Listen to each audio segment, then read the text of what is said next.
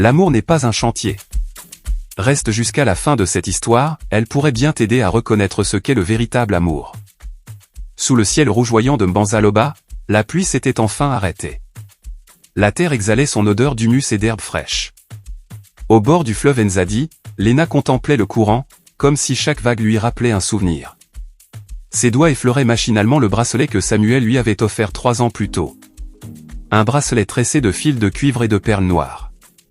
Pourtant, ces 3 années d'amour avaient fini par ressembler à un combat silencieux. Pas contre Samuel, mais contre ce qu'elle voulait faire de lui. Samuel n'était pas méchant. Il travaillait dur, aidait ses voisins, riait fort. Mais il vivait sans rigueur, sans plan, sans promesse. Il oubliait les dates, manquait les rendez-vous, parlait sans peser ses mots. Et Léna, elle, rêvait d'un amour stable, discipliné, presque parfait. Un jour, disait-elle à sa meilleure amie Aminata, il comprendra. Je le guiderai, je le ferai changer. Aminata haussait les épaules. Léna, ma sœur, on ne change pas un fleuve de direction. On apprend juste à nager dans son courant. Mais Léna refusait de croire à ces proverbes. Elle aimait, et pour elle, aimer voulait dire améliorer. Les semaines passèrent. Samuel oublia une nouvelle fois leur anniversaire de rencontre. Léna en pleura toute la nuit. Le lendemain, elle lui parla d'un ton dur. Samuel, j'ai l'impression que je suis seul à vouloir avancer.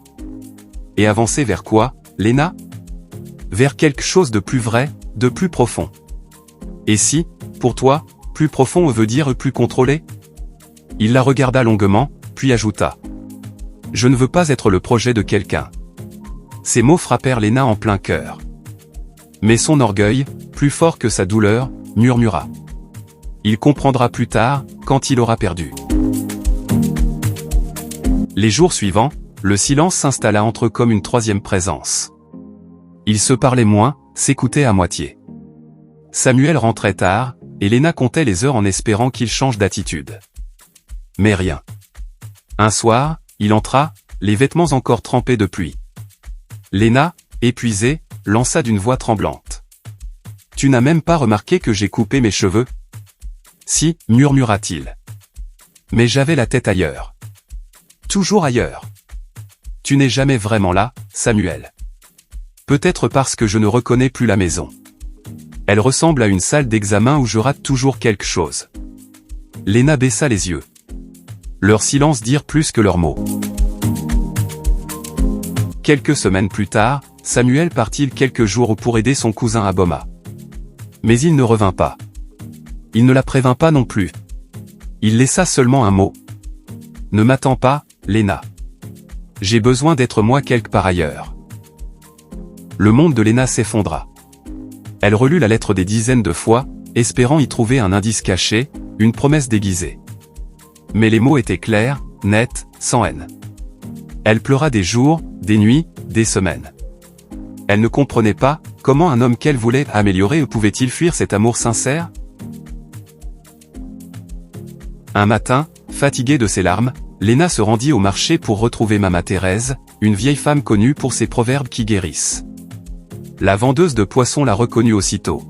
« Ah, ma fille Léna. Ton visage dit que ton cœur est en grève. »« Maman, j'ai voulu qu'il soit meilleur, plus attentif, plus fort, plus sérieux. » « Et tu crois qu'il ne voulait pas être aimé pour ce qu'il était déjà ?» Léna se tut. La vieille continua. « Tu sais, quand on taille trop un arbre pour qu'il devienne parfait, il finit par mourir. Alors, il ne faut jamais espérer que l'autre change ? Espérer, oui. Forcer, jamais. L'amour pousse, il ne tire pas. Celui qu'on tire finit toujours par s'échapper. » Ces mots la traversèrent comme une révélation. Ce jour-là, Léna rentra chez elle sans dire un mot. Mais dans sa tête, une lumière venait de s'allumer. Les mois passèrent. Léna recommença à vivre doucement. Elle s'inscrivit à un atelier d'artisanat, reprit ses marches au bord du fleuve. Chaque jour, elle écrivait une phrase dans un carnet. Aimer, ce n'est pas changer l'autre, c'est se changer soi-même pour aimer mieux. Un soir, alors que le soleil s'endormait dans l'eau, elle vit un couple rire au loin. Elle sourit sans jalousie. Peut-être, pensa-t-elle, qu'un jour, elle aussi aimera de nouveau, mais autrement. 2 ans plus tard, Léna rencontra Ismaël, un homme doux, calme, artisan comme elle. Il n'était pas parfait non plus, parfois distrait, parfois rêveur. Mais cette fois, Léna ne voulut rien corriger. Elle observa, écouta, apprit. Quand elle lui confia son passé, Ismaël répondit doucement. L'amour, ce n'est pas une forge. Ce n'est pas faire de l'autre une œuvre d'art.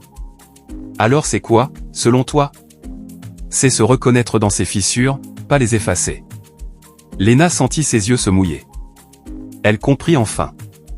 Ce soir-là, sous la lune de Mbanzaloba, Léna écrivit dans son carnet. J'ai voulu le changer. Mais c'est moi que l'amour a changé. Et elle sourit, en regardant le fleuve paisible. Elle n'attendait plus rien, elle vivait simplement. Parce que l'amour n'est pas un chantier. C'est une rencontre entre 2 êtres qui se respectent assez pour ne pas se reconstruire mutuellement. Aimer quelqu'un, c'est l'accueillir tel qu'il est, pas le redessiner selon nos rêves. Si tu veux que l'autre change pour t'aimer, ce n'est pas de l'amour, c'est du contrôle. L'amour vrai pousse, il n'impose pas. Il éclaire sans brûler. Celui qu'on aime vraiment n'a pas besoin d'être transformé. Il a juste besoin d'être compris. Plus tard, le soleil se levait doucement sur Mbanzaloba. La brume du matin caressait encore les toits de chaume, et les oiseaux saluaient la nouvelle journée d'un chant léger. Léna se tenait devant sa petite boutique d'artisanat, un panier d'objets tressés à la main posé à ses pieds. Cela faisait presque 1 an qu'elle vivait aux côtés d'Ismaël, et cette fois, la paix avait remplacé la peur de mal aimer. Elle avait appris à ne plus corriger, mais à accompagner. À ne plus vouloir posséder, mais à partager. Un amour simple. Ce matin-là, Ismaël arriva en sifflotant, un morceau de bois à la main.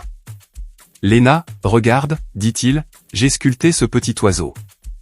Il est un peu bancal, mais il chante bien dans ma tête. » Elle rit doucement.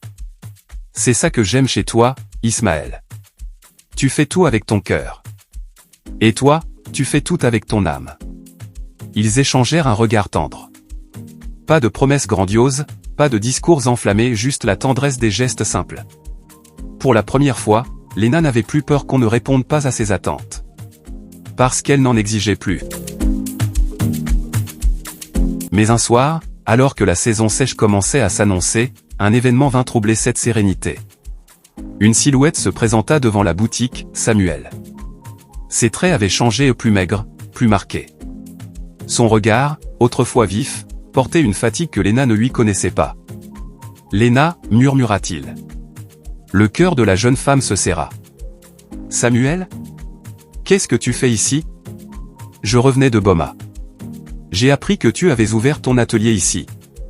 Je voulais te voir. » Un long silence les enveloppa, seulement troublé par le crépitement d'un feu non loin. « Tu m'en veux encore ? demanda-t-il. « Non, dit-elle calmement. Il n'y a plus de colère en moi.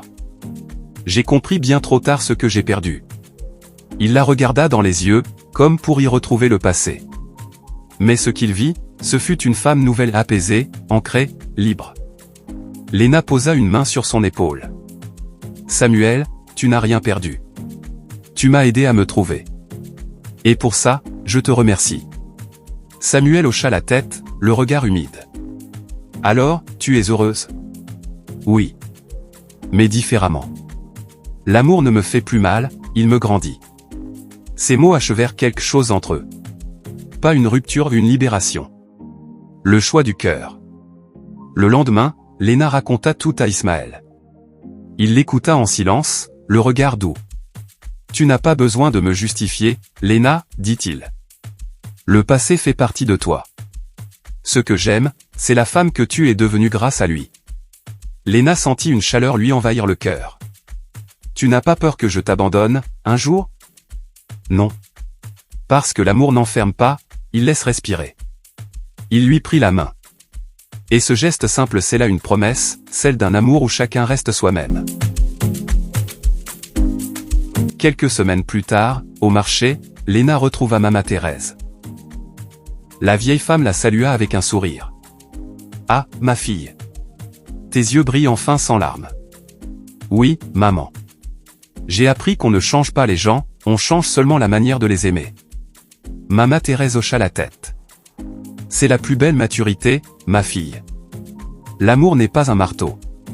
Il est comme l'eau, il façonne en douceur, sans casser. Elles rirent ensemble, complices. Puis la vieille ajouta. Dis à ton cœur de ne plus craindre la différence. C'est elle qui donne à l'amour sa couleur. Les saisons passèrent, et le village de Mbanzaloba s'illumina d'un nouveau souffle. Le petit atelier de Léna et Ismaël prospéra. Leurs œuvres racontaient l'Afrique, la vie, la patience, et la sagesse de l'amour vrai. Parfois, des jeunes venaient les voir pour demander conseil. Léna leur disait toujours. Quand tu veux changer quelqu'un pour être heureux, c'est que tu n'as pas encore appris à t'aimer comme tu es. Et chaque fois, les jeunes repartaient en silence, le cœur pensif. Un soir, Ismaël surprit Léna assise près du fleuve, à regarder les étoiles. À quoi tu penses? À tout ce chemin parcouru. À cette fille d'hier qui croyait que l'amour était une école. Et maintenant? Maintenant, je sais que l'amour, c'est une danse. On apprend à suivre le rythme de l'autre sans le pousser. Il sourit, la prit doucement dans ses bras. Le fleuve Enzadi brillait d'argent sous la lune. Leurs silhouettes se confondaient dans le calme de la nuit. Et au loin, un tam-tam résonna comme un battement de cœur. Parce que le véritable amour ne transforme pas l'autre. Il révèle le meilleur de chacun. Merci d'avoir suivi cette histoire jusqu'à la fin. Si elle t'a touché, abonne-toi à cette chaîne pour découvrir d'autres récits de vie et de sagesse africaine. Chaque histoire est une lumière et celle-ci t'apprend que l'amour n'est pas un chantier, mais un art de vivre. Abonne-toi, partage, et souviens-toi. Celui qu'on accepte comme il est finit souvent par devenir meilleur, naturellement.